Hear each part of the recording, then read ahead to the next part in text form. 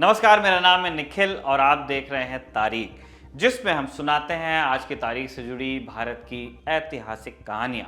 आज 1 अप्रैल है और इस तारीख का संबंध है पहले एंग्लो मैसूर युद्ध से। सबसे पहले निपटाते हैं दो ऑब्वियस सवाल, जंग हुई किसके बीच और हुई क्यों। पहले सवाल का जवाब तो ऑब्वियस है, नाम से ही जाहिर है कि यह लड़ाई मैसूर राज्य और ब्रिटिश ईस्ट इंडिया कंपनी के बीच हुई थी।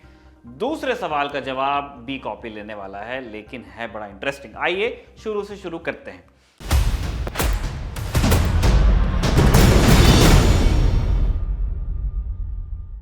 सबसे पहले समझते हैं नक्शा। 17वीं सदी के मध्य में दक्षिण भारत में 5 बड़ी ताकतें थीं। सबसे बड़ी ताकत मराठा, जो तब दक्षिण और मध्य भारत के एक बड़े हिस्से पर राज करते थे।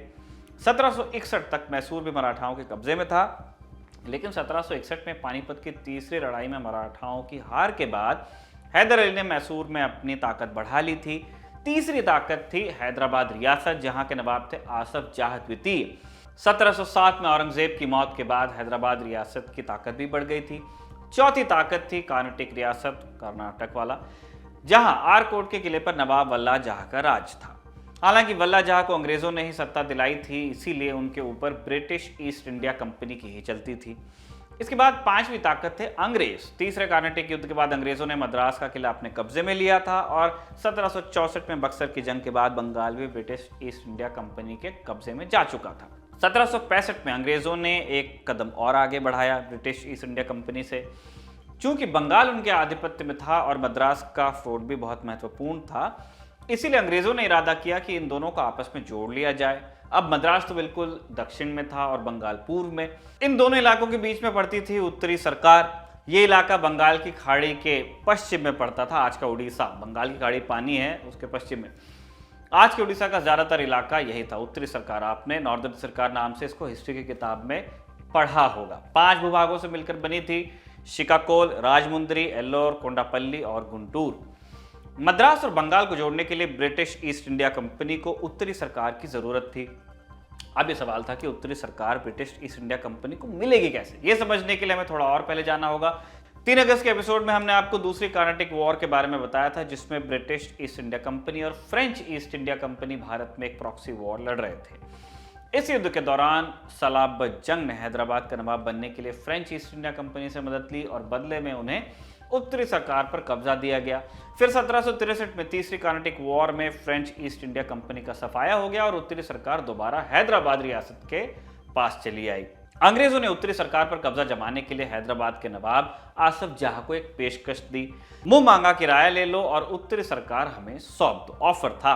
आसफ जाह ने इनकार कर दिया, वो इसीलिए क्योंकि दूसरी कर्नाटिक वॉर के दौरान आसफ जाह और ब्रिटिश ईस्ट इंडिया कंपनी विरोधी खेमे में थे।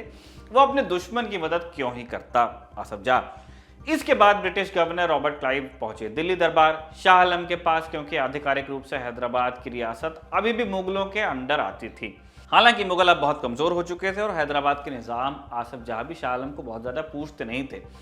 ये रॉबर्ट क्लाइव को भी मालूम था, लेकिन उसका मकसद था कि बस किसी तरह एक बहाना मिले। बक्सर में हार के बाद शाह आलम अंग्रेजों के हाथ कठपुतली रह गया था, इसलिए क्लाइव से ना कहने की हिम्मत उसकी थी नहीं, ना कहने की। उसने डिक्री जारी की, आदेश जारी किया और उत्तरी सरकार को ब्रिटिश ईस्ट इंडिया कंपनी के हवाले कर दिया। डिक्री जारी होते ही क्लाइव ने उत्तरी सरकार पर कब्जा कर लिया। आसफ जाह ने क्लाइव को डराने धमकाने की कोशिश की, लेकिन क्लाइव को पता था कि हैदराबाद की माली हालत ऐसी है नहीं कि तुरंत युद्ध में उतर जाए। अब आसफ जाह को लगा कि भागते भूत की लंगोटी ही भली, तो उसने ब्रिटिश ईस्ट इंडिया कंपनी से कहा कि चलो कम से कम किराया तो दे दो। क्लाइव भी राजी हुआ और उसने 7 लाख रुपए किराए के तौर पर दिए और साथ ही निजाम को एक और पेशकश की, एक मिलिट्री अलायंस की, जिसके तहत युद्ध होने की स्थिति में दोनों मिलकर लड़ें। अब एक और सवाल सोचिए, उत्तरी सरकार का इलाका तो ब्रिटिश ईस्ट इंडिया कंपनी के हिस्से में पहले ही आ चुका था, फिर उन्होंने आसिफ जहां से मिलिट्री संधि क्यों की? इसका जवाब था मैसूर रियासत, जहां हैदर अली की ताकत दिन पर दिन बढ़ती जा रही थी।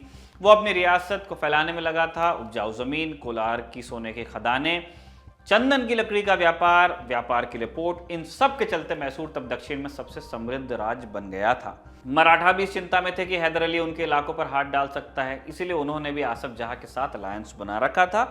इस तरह 1665 के आसपास हैदराबाद, मराठा और British east India company Mysore के खिलाफ एलाइज हो गए। उन्होंने प्लान बनाया कि मैसूर पर मिलकर हमला अब करना है। जनवरी 1767 में जंग की शुरुआत हुई और मराठाओं ने उत्तरी मैसूर पर हमला किया। पेशवा माधवराव को लग रहा था कि नवाब की सेना दूसरी तरफ से आक्रमण करेगी, लेकिन तालमेल की कमी के चलते नवाब की सेना, जिनके साथ ब्रिटिश ईस्ट इंडिया कंपनी की टुकड़ी भी थी, कुछ पीछे रह गई। जब तक नवाब की सेना पहुंची तब तक हैदर अली ने गजब की चाल चल दी। उसने मराठाओं को पेशकश की कि बिना युद्ध के उत्तरी मैसूर का कुछ इलाका आप रख लीजिए, साथ में 30 लाख रुपए भी लीजिए और पीछे हटिए। निजाम की सेना और ब्रिटिश टुकड़ी पहुंची मार्च 1767 में। तब तक मराठा पीछे हट चुके थे।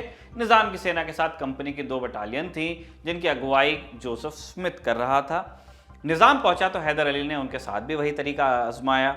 उसने पेशकश की कि वो नवाब को 18 लाख रुपए देगा, इसके बदले निजाम को अंग्रेजों के खिलाफ हैदर का साथ देना होगा। इसके लिए एक शर्त और थी, वो ये कि कर्नाटक को जीतने के बाद टीपू को वहां का नवाब बनाया जाएगा।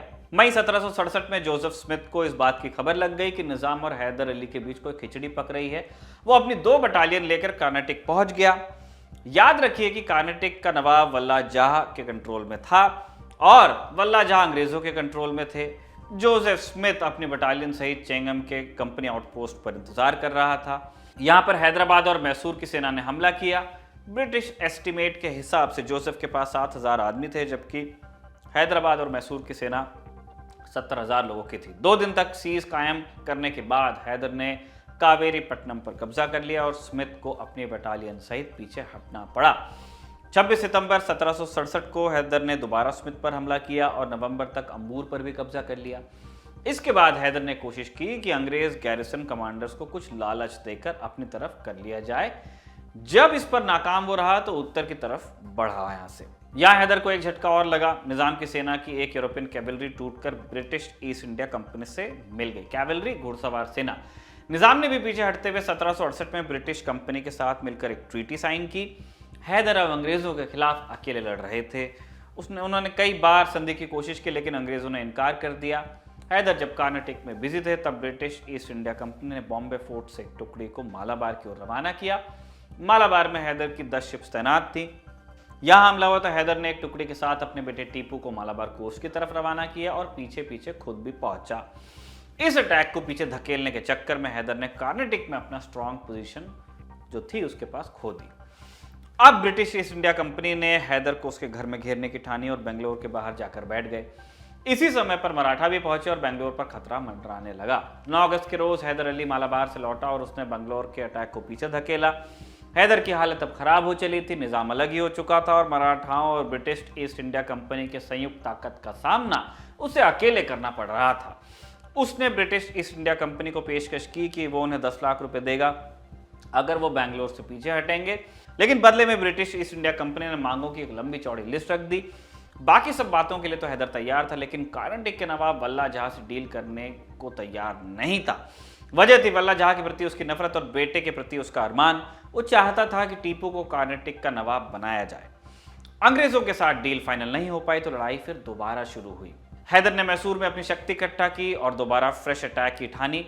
नवंबर 1768 को उसने अपनी सेना के 2 हिस्से किए और कर्नाटक पर हमला कर दिया।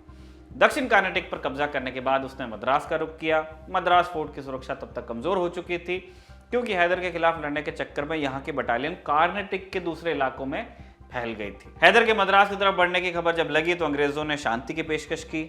हैदर की जिद थी कि वो ऐसे किसी नेगोशिएशन का हिस्सा नहीं बनेगा जिसमें वल्ला जहां इंक्लूड हो, इसीलिए कहीं बात पहुंची नहीं, बनी नहीं। इसके बाद हैदर ने 6000 घुड़सवार लिए और 3 दिन में 290 किलोमीटर का सफर तय करते हुए मद्रास के दरवाजे तक पहुंच गया। संधि करना ब्रिटिश ईस्ट इंडिया कंपनी की मजबूरी बन गई। हैदर भी संधि करना चाहता था, लेकिन अपनी शर्तों के साथ। चूंकि उसे मराठाओं के खिलाफ एक साथी की जरूरत थी, इसीलिए उसने एक ऑफेंसिव अलायंस की पेशकश की, लेकिन मराठाओं की शक्ति को देखते हुए तब ब्रिटिश ईस्ट इंडिया कंपनी ने ऑफेंसिव अलायंस से मना किया।